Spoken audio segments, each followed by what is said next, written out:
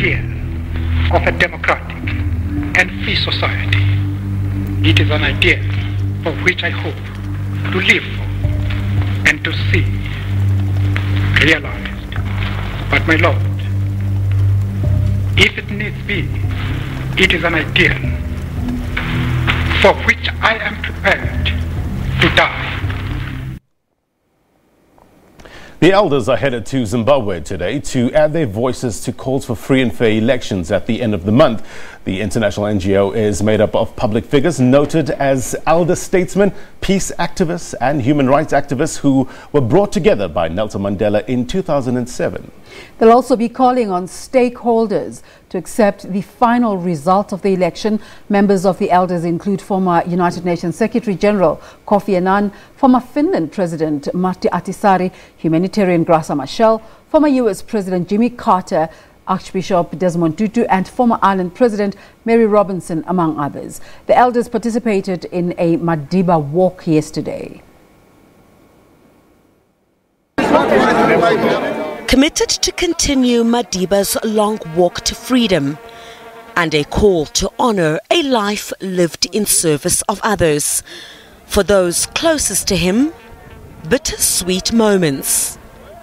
Even every birthday, our lives literally stop because we have to rally around and support the values he espoused and the journey that he starts, and it lives through us, his project, and it lives in every South African, in every citizen of the world, because Granddad was not only a leader of South Africa, he was a global icon.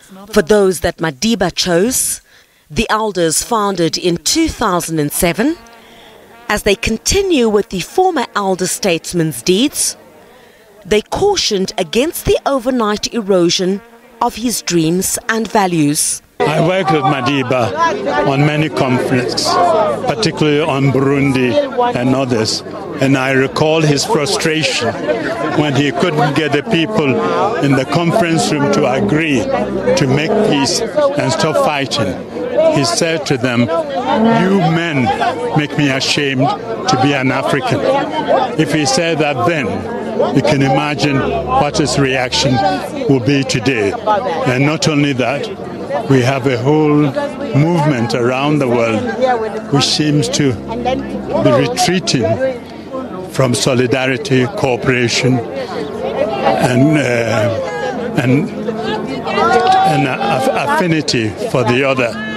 And Madiba would have been very shocked to see the way things are turning. Former African presidents shared these sentiments. Africa has done very well just in the past decade to be able to promote democracy, to be able to have regular peaceful transfer of power.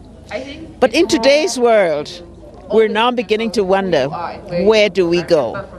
Because we get a lot of protectionism, a lot of insulation in many countries. Will that also affect Africa? Will we see a reversal of Africa's own commitment to what President Nelson Mandela stands for? Will we see a return of the big men of Africa, something that he spoke against?